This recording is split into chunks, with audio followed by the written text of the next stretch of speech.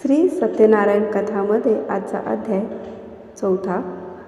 नंतर साधुवान्याने आपणास वाटेत विघ्ने येऊ नयेत म्हणून ब्राह्मणास दक्षिणा देऊन आशीर्वाद घेतला व जावयासह स्वतःचे नगरास गेला.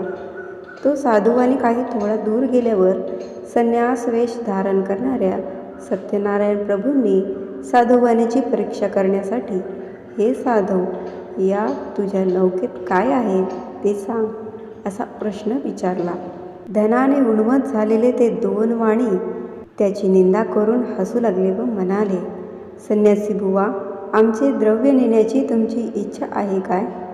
आमची नौका वेली व पाने यांनी भरलेली आहेत. असे साधुवाण्याचे उन्मत्तपणाचे भाषण ऐकून भगवान म्हणाले, तुझे बोलणे खरे हो. असे बोलून संन्यास वेश धारण करणारे भगवान तेथून गेले व तिथून थोड्याच अंतरावर असलेल्या समुद्राच्या तीरावर बसले. संन्यासी दूर गेल्यावर साधुवाण्याने आपले नित्यकर्म केले व नौकेकडे गेला आणि पाहिले तर हलकेपणामुळे नौका वर आलेली पाहून साधुवानी आश्चर्यचकित झाला. नौकेत वेली व पाने पाहून तो साधुवानी मूर्छा येऊन जमिनीवर पडला. नंतर त्याने थोड्या वेळाने सावध होऊन चिंता करू लागला. त्यावेळी साधुवाण्याचा जावई म्हणाला, महाराज, आपण शोक का करता? संन्यासाने जो आपणास शाप दिला त्यामुळेच हा सर्व प्रकार घडला आहे. तो संन्यासी पाहिजे ते करण्यास समर्थ आहे, म्हणून आपण त्याला शरण जाऊ, म्हणजे आपले सर्व मनोरथ पूर्ण होतील.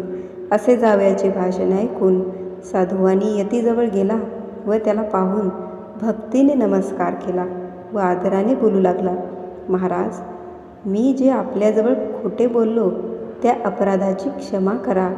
असे म्हणून पुन्हा पुन्हा नमस्कार केला व तो साधुवानी अतिशय दुःखी झाला.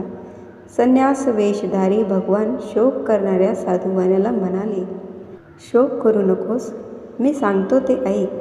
तू माझ्या पूजनाविषयी परागमुख आहेस व म्हणूनच माझ्या आज्ञेने तुला वारंवार दुःख प्राप्त झाले. हे ऐकून साधुवानी भगवंताची स्तुती करू लागला. साधुवानी म्हणाला, तुझ्या मायेने मोहित झालेले ब्रह्मादिक देवही तुझे गुण व रूप हे जाणू शकत नाहीत.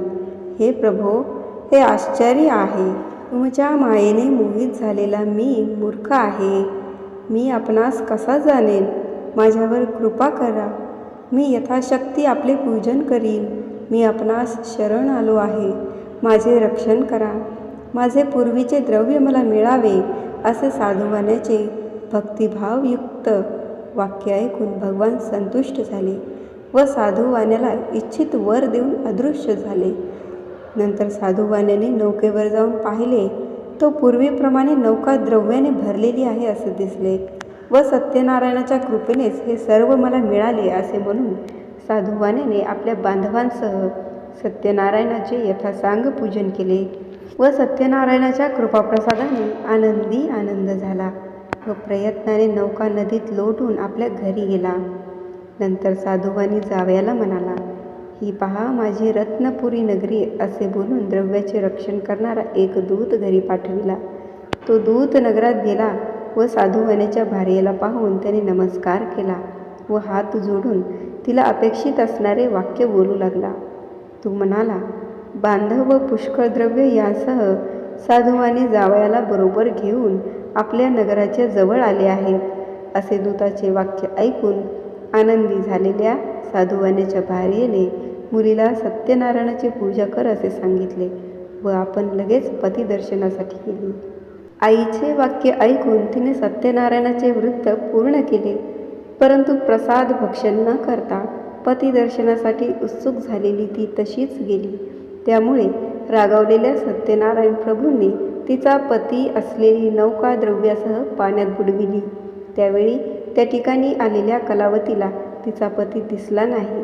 त्यामुळे अत्यंत शोकाने विभल होऊन ती रडत भूमीवर पडली. बुडालेली नौका व त्यामुळे दुःखी झालेली आपली कन्या पाहून भयभीत अंतकरणाने साधुवानी नावड्यासह हा काय चमत्कार असे म्हणून विचार करू लागला.